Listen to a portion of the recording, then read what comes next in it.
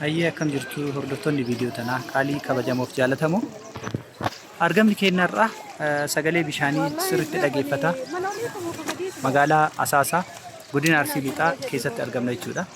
Magaalaan tun magaalaa wantoota uumamaa hedduun beekamtuudha. Magaalaa oomisha qamadiitiin beekamtu.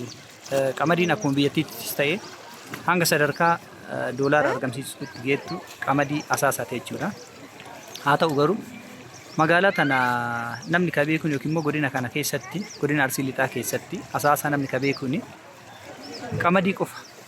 Qamadii cinatti immootu magaalaa bishaan uumamaa itti argamu yookiin immoo magaalaa bishaan jallisii tubboodhaan wanta garaagaraatiin bu'ambaa garaagaraatiin galuuf osoo hin ta'in magaalaa bishaan uumamaatiin akkatti miidhagdee argamtu jechuudha.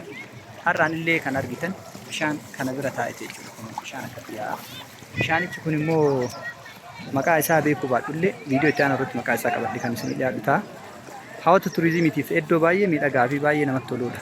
Haa ta'u garuu namoonni iddoo kanaa yookiin immoo bulchiinsi magaalaa tanaa xiyyeeffannaa itti kennuu dhabuu yookiin immoo kunuunsa kennuu fi dhabuu irraa kan ka'e akkuma fedhan fayyadamu illee jira.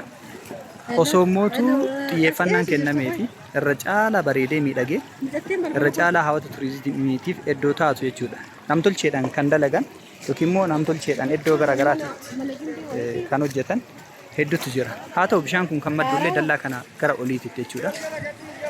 Suuraa isaa mootu kan isinitti agarsiisu ta'a. Gara duubee isaatti dabree. Haa ta'uti har'a miidiyaan Arboo ija isaa kaameraa garam naannessee yoo jettan gara godina Arsii Lixaa magaalaa Asaasaatti naannessee. Abbootiin qabeenyaa kennan mootu magaalaa tana maaf hin kunuunsinee gaafa qabeenya argattanii magaalaa tanatti abbaa qabeenyaa taatu ati dhalataan naannoo kanaa maaf magaalaa biraa irratti misooma kee jabeessita magaalaa kee maan guddifne saabbaan gaafa cabsee ormi jaballeessa jedhu miti ree ormi illee akkuma keessan itti fayyadamee qamadii asii oomishee irratti milkaa'ee duroome gaafa kaanii immoo magaalaa biraatti akkuma isin deemtan deemu waan ta'eef osoo xiyyeeffannaan magaalaa kanaaf kenname jechuun dhaamsa kooti. Harbor Media Network irraan illee hanga kan viidiyoo kan isin agarsiisuudhaaf qabatee dhufeera. Galatooma horaa bulaa.